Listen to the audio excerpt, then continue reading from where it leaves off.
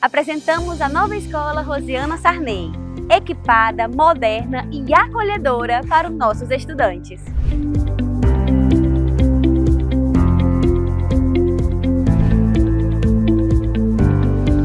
Após passar por uma ampla reforma, a escola agora conta com uma sala de informática e leitura e uma subestação própria de energia, garantindo mais segurança e eficiência para toda a estrutura. Oferecendo conforto e qualidade, as salas de aulas estão totalmente climatizadas.